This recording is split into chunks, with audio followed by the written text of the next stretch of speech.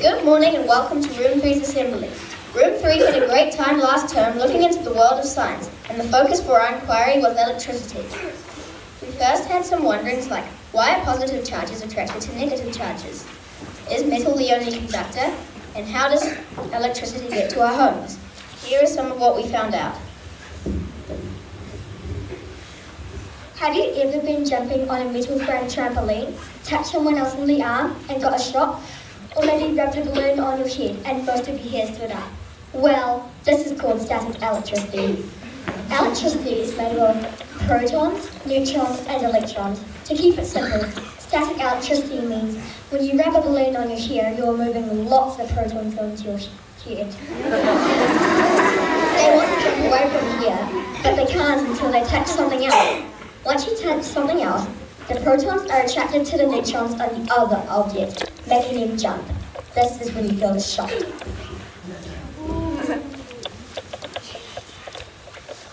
So, how does electricity get into our homes? Electricity is made at a power plant by huge generators. Most power plants use coal, but some use natural gas, water, or even wind.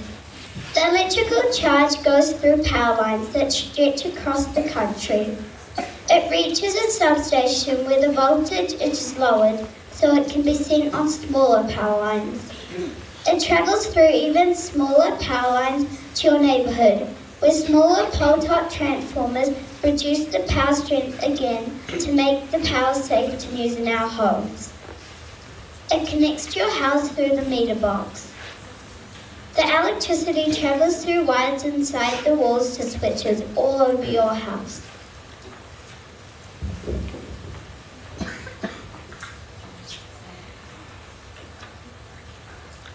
We were lucky enough to visit MindLab, where these awesome guys showed us how to create batteries using salt and water. We also learned how to create circuits using wires, batteries, light bulbs, paper clips and tinfoil. When we got back to the classroom, we put our new knowledge of circuits to the test and created an electronic quiz game. Teachers, does anyone know who Brendan McCann plays for?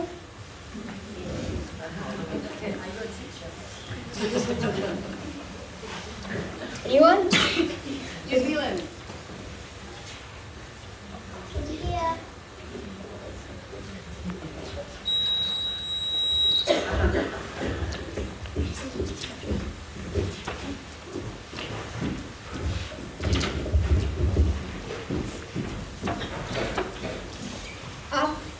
After we learned about circuits and successfully put it to practice, we discussed in groups what we could do next. Here is how each group used their new skills and knowledge of circuits.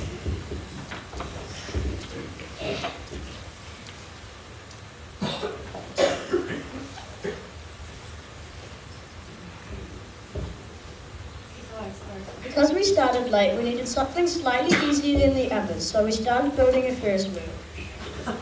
The Ferris wheel was a little bit complicated, so we changed it to a swing seat ride called the Not So Merry-Go-Round, which worked well. We learned that a swing seat ride is naturally unsafe, and that one motor is plenty enough to power our model. There are two types of circuits, a series circuit and a parallel circuit. We used a series circuit because it was the more suitable circuit for the model. Over the past term, we have been making and creating a doll's house that has lights that work. The reason why we made this model is because firstly we thought it would be a good challenge to try wiring everything up and to make the circuits work. We also thought it would be a great electricity inquiry to use our knowledge to see if we could wire a house to work like our homes.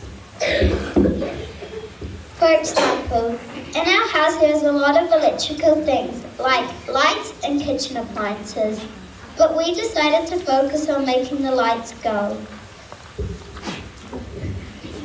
When we were making the lights work, we had trouble with keeping the wires placed underneath the screws. We also had trouble on deciding on the things. We have learnt a lot of things about electricity that we didn't know before. For example, we have learnt to make light bulbs light, motors spin and buzzers buzz. We thought it would be cool to see a working plane made by us with a couple of wires, batteries, motors in the air. Over the course of the inquiry, we learned how to properly wire up a battery, light, buzzer and motor, and the difference between a parallel and series circuit. One of our problems was that we had to rewire the motors because they were spinning the same way. So we simply switched the wires, which made the motor spin the opposite way. We decided to make the working model of a V-22 Osprey. Sometimes we'd have problems with the rotors because one would work and the other wouldn't, and it was difficult to get the rotors spinning in opposite directions. So with the wings, we made paper boxes out of card and used them as stands for the wings, which worked very well. And for the rotors, we found out that to make the rotors go in different directions, we have to switch around the wire. We learned that some circuits work and some circuits don't. We learned that there are different types of circuits called series circuits and parallel circuits. We chose a series circuit because the clips join in a line, so the electricity only has one path to take.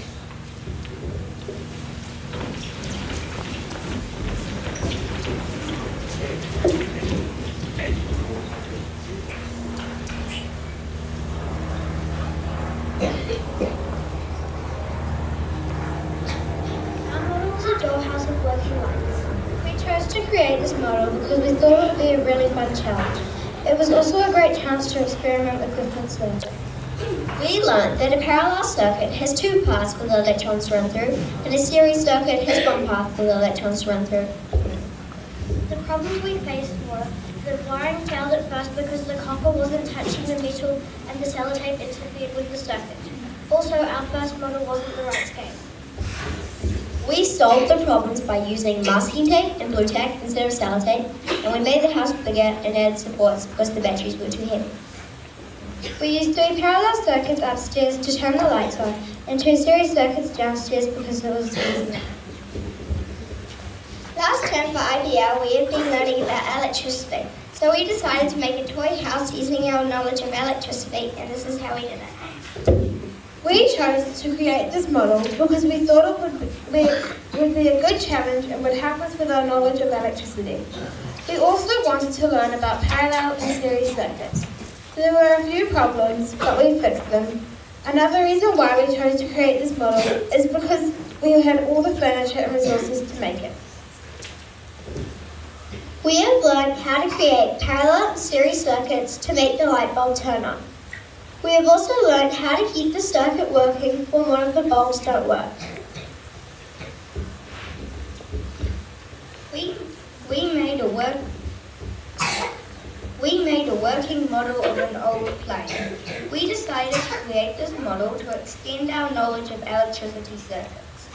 We have been through trial and error fixing up our plane. One issue was trying to get the wiring through the fuselage to power the motor. We used a closed circuit from the battery to the motor, which powered the propeller. We made a simple closed circuit with 2 wires, 1 motor, and 2 batteries to power the bomb.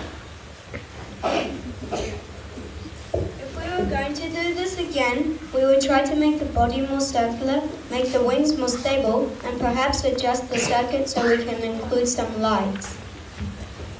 We made a toy house to use our knowledge of circuits to make different rooms. In each room, we all had a series circuit, so it would fit on our roof. We chose to create a dollhouse because it would be challenging and fun to create the furniture, the house, and the lights. Some problems we had were the lights wouldn't turn on because the battery kept on falling off the roof, and the switch didn't work either, but we fixed it eventually. In our house includes a living room, a kitchen, a bedroom, a bathroom, and a games room. We made all our furniture and rooms from scratch, and we used working lights, wires, batteries, and switches. I decided to make the living room because it's my favorite room in the house. I connected the wires, the batteries, and the switch to create a series circuit to make the light bulb. And that's currently all from room 3. Get it? Currently.